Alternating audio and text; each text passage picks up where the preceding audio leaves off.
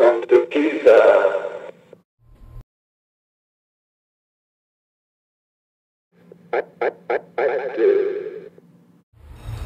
Alright, now I'm going over more mentality stuff when it comes to strategy.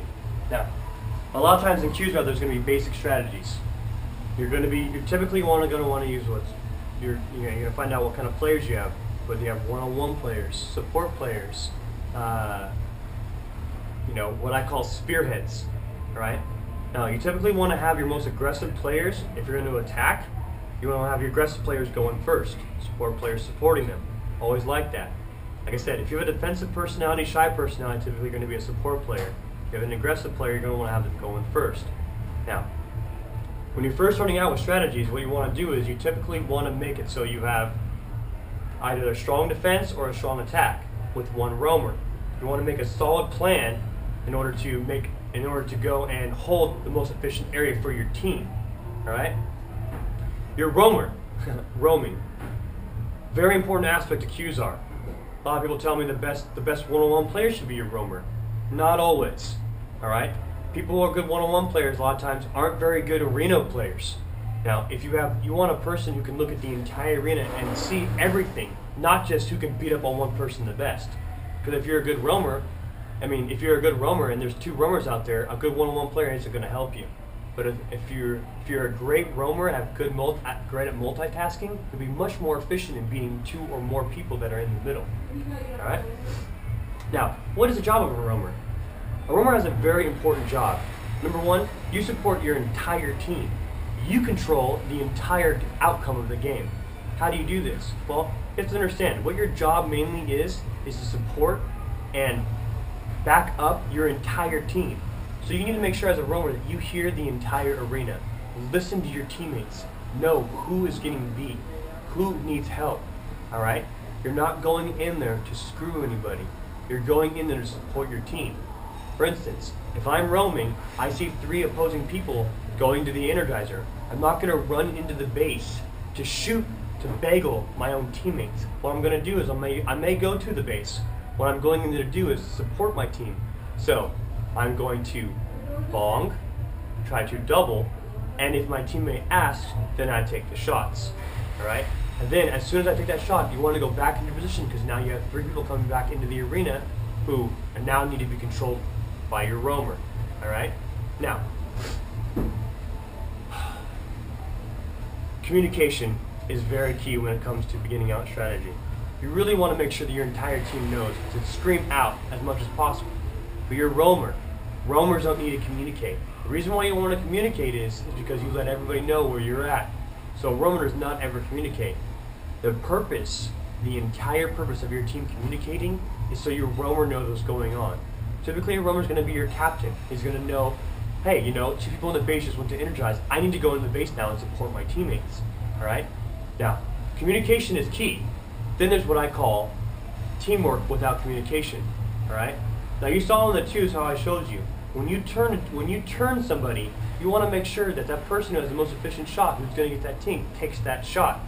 Alright? That's very important. Now, in the arena, if I see my teammate, I have now turned my opponent. I'm expecting my teammate to take the shot immediately. Don't hesitate. You're going to hear that coming out of my mouth a lot if you're like Q-ZAR with me. I do not like hesitators. We need to get that person down, and we need to get that person down immediately. 2s and team games, that is your job, to get people down as quick as possible because you have 5 people in the arena. Alright?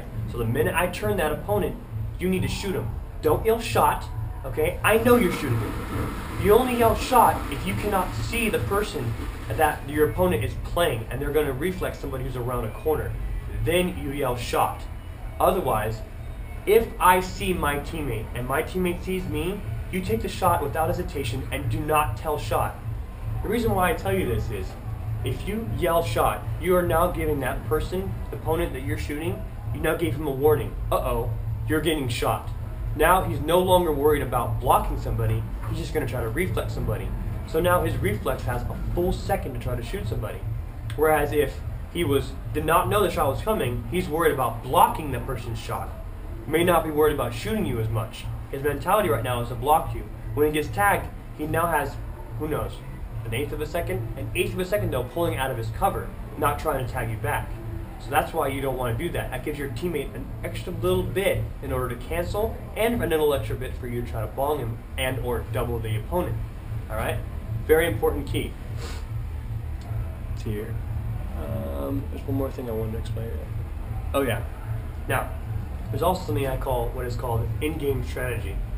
You may have your regular strategy, but what you need to think about is what happens if we're getting our butts kicked and this isn't working. You want to have an adjustment plan. You know, as a captain, you want to make sure, okay, if this is our crucial position, if this isn't working, what do we do to counteract this? If they flood into this corner, what do we do to counteract this? All right? And always be thinking about that. Be ready to make in-game changes, all right? Especially in the American style play. If somebody's getting their butt kicked, you want to communicate that with your roamer so that he can switch you up or trade positions with you with somebody else who may be more efficient in your position at that time. You know? You never want to put a person in a position playing another person that they're not very good at playing. You can understand this. If one person is better, much better than somebody else one-on-one, try not to put that person in a position where he's going to see that one person the entire game. All right? You're not going to want to put somebody in a front position if they're going to be playing somebody who basically beats up that one player every time he sees them. You're going to want to make sure you want to protect that player or support him in a different way. All right? Learning call these adjustments is key, but do not overplan. Don't make 15 changes. If you change the game too much, you don't give the new strategy time to make effect. Understand, if your strategy isn't working and you change the strategy up, it's not going to be an instant change. Sometimes it takes 3 or 4 minutes in order for you to take back the game. All right? Stick with that strategy, and if that other strategy doesn't work, then worry about changing the strategy for the next half. Don't try to change it again. If you change it again, all you do is, by the time the game ends, you've now done another strategy, has no time to take effect, and you've lost more points. Stick with the strategy that you've come up with. If it doesn't work, you now know you need another strategy in order to beat this team. Now, the next thing we're going over will be more advanced stuff. Now, this is stuff that I've been trying to teach for the last 10 years, and it's very hard to apply. Okay? So don't be hard on yourself if it's taking you a long time in order to get this stuff.